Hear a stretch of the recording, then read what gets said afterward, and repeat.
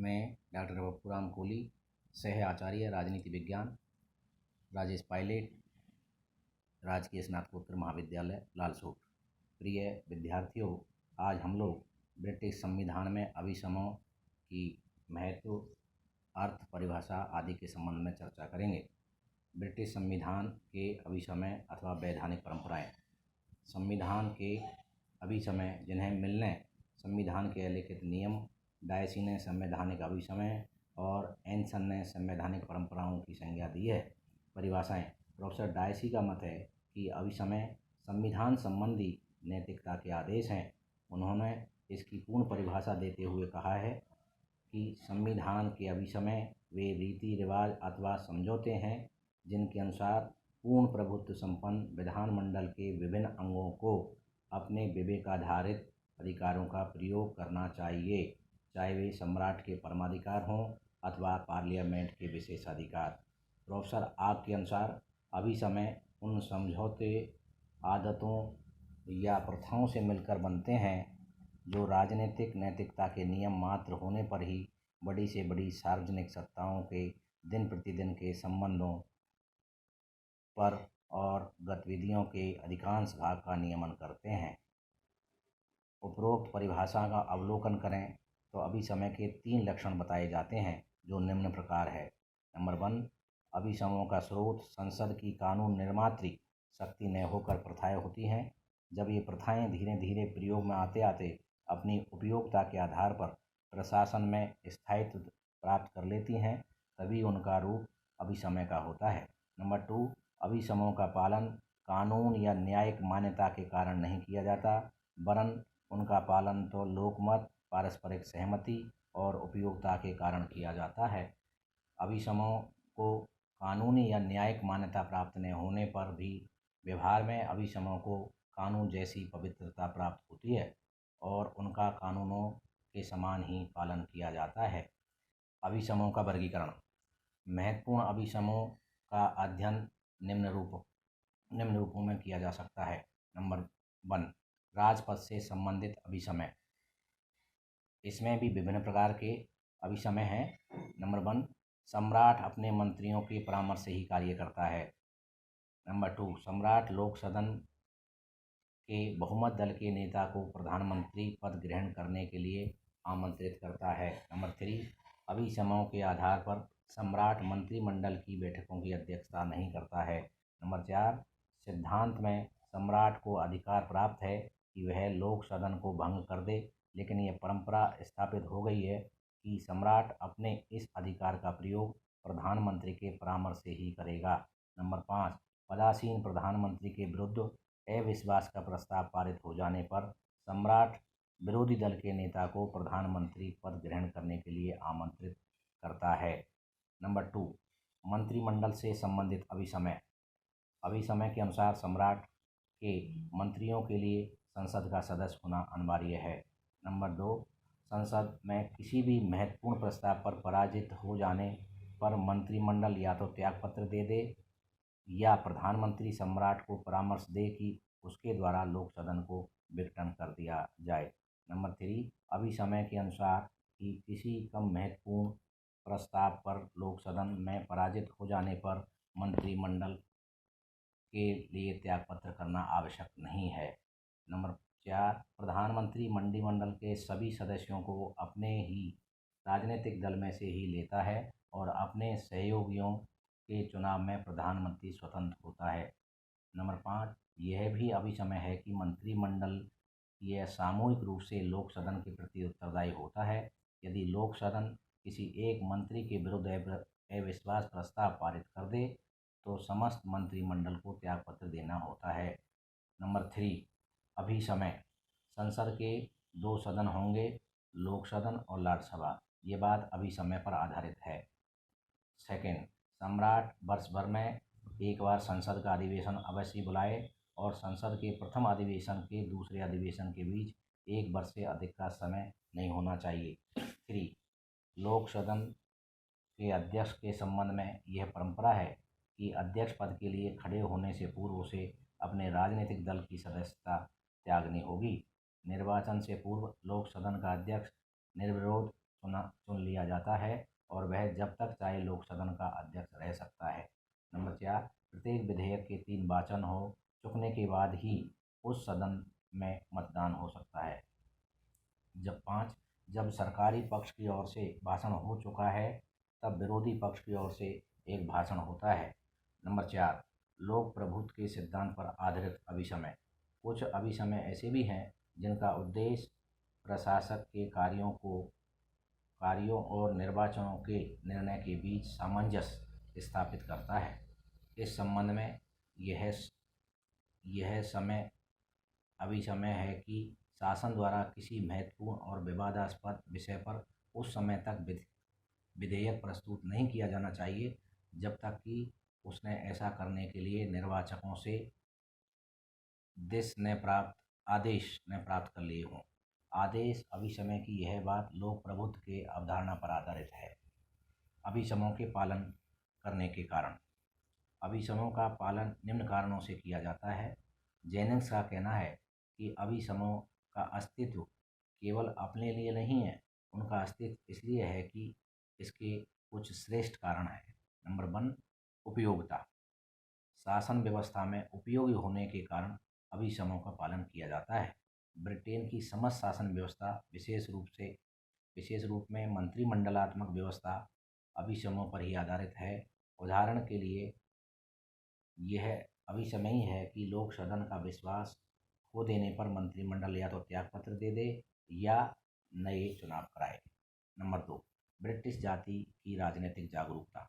अभिसमयों को लोकमत की शक्ति प्राप्त है। इसके साथ ही ब्रिटिश जनता का राजनीतिक दृष्टि से बहुत अधिक जागरूक है और इसी कारण अभिसमयों के उल्लंघन का प्रश्न ही उत्पन्न नहीं होता है। नंबर 3, लोकमत की शक्ति। अभिसमयों का पालन इसलिए किया जाता है कि उनके पीछे लोकमत की शक्ति होती है। लोकतंत्रात्मक में शासन में अंतिम शक्ति जनता की शक्ति पर ही निर्भर करती है और इसी कारण जनता के प्रति उत्तरदायी सरकार अभिसमयों का उल्लंघन का साहस नहीं कर सकती है। नंबर 4, ब्रिटिश जाति का स्वभाव। ब्रिटिश नागरिक परंपरा प्रिय एवं रूढ़िवादी हैं और वे अभिसमयों का पालन करने के इतने अभ्यस्त हो गए हैं कि उनके हृदय और मस्तिष्क स्वयं ही इनका पालन करते हैं। नंबर 5, राजनीतिक दलों में मतैक्य। ब्रिटेन के वर्तमान राजनीतिक दलों में ब्रिटेन के आधारभूत राजनीतिक ढांचे के संबंध में मतैक्य भी इन के पालन का एक कारण है। ब्रिटिश राजनीतिक प्रभुत्व दल इन अभिसमयों पर सहमत और इनका पालन करते हैं। नंबर 6, मनोवैज्ञानिक अनुशक्ति। अभिसमयों के पालन के पीछे एक मनोवैज्ञानिक कारण भी दिखाई पड़ता है। ब्रिटिश नागरिकों का स्वभाव नियमों का पालन करना है, चाहे वे नियम लिखित हों अथवा अलिखित, विधि हों या अभिसमय। जेनिंग्स का कहना है कि शासन की सहकारी कार्य है और केवल विधि के नियम ही सामान्य कार्रवाई का उपबंध नहीं कर सकते।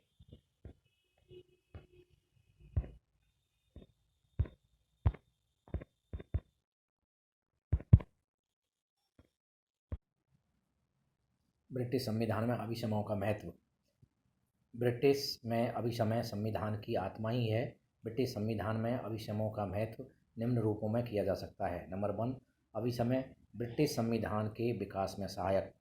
इंग्लैंड में लंबे समय तक राजतंत्र व्यवस्था कायम थी। आज इंग्लैंड में लोकतंत्रीय शासन व्यवस्था है।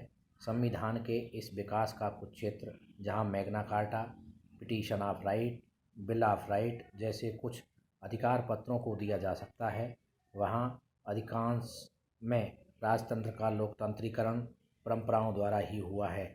सम्राट मंत्रिमंडलों की बैठकों की अध्यक्षता नहीं करेगा। सम्राट लोक सदन के बहुमत दल के नेता को प्रधानमंत्री पद प्रदान करेगा और मंत्रिमंडल उसी समय तक अपने पद पर रहेगा जब तक उसे लोक सदन का विश्वास प्राप्त हो। डॉक्टर फाइनर ने कहा है, राजतंत्रीय संविधान को लोकतंत्रीय संविधान का रूप देने में और 17वीं शताब्दी से 20वीं शताब्दी तक आने में ब्रिटेन के लोगों ने नए अनुच्छेद जोड़ना पसंद नहीं किया, वे परंपराओं के विकास पर निर्भर रहे हैं। नंबर 2, संविधान को कार्य रूप प्रदान करना। परंपराएं संविधान के विकास में सहायक रही हैं, अपितु उसे कार्य रूप भी प्रदान करती हैं। ब्रिटेन में सम्राट कानून संप्रभु है तथा मंत्रिमंडल संसद व अंत में जनता राजनीतिक संप्रभु है। एक परंपरा है कि राजा मंत्रिमंडल के परामर्श को मानता है और इस परंपरा के कारण ही राजनीतिक संप्रभु तथा कानूनी संप्रभु में सामंजस्य बना हुआ है। आग तथा जिंक के शब्दों में कहा जा सकता है कि परंपराएं कानून के सूखे ढांचे पर मांस चढ़ाने का कार्य करती हैं। कानून संविधान को कार्य रूप देती है और उसे प्रगतिशील समाज की आवश्यकताओं व राजनीतिक विचारों के अनुकूल बनाए रखती है। नंबर 3, अल्पसंख्यकों के अधिकारों की रक्षा।